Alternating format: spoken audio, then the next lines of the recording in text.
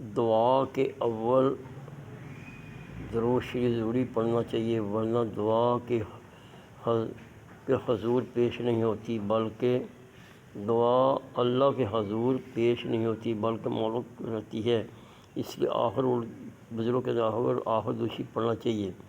نماز کے اوقات: ان الصلاۃ کانت علی المؤمنین موقوتا، بے شک نماز مومنوں پر وقت مقرر پر ہے۔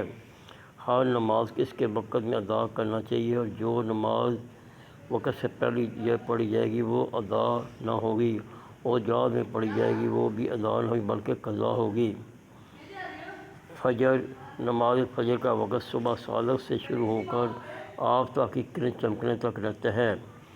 صبح صادق وہ روشنی ہے جو مطلع آفتاب کے اوپر آسمان پر پھیل جاتی ہے اور اجالا ہو جاتا ہے۔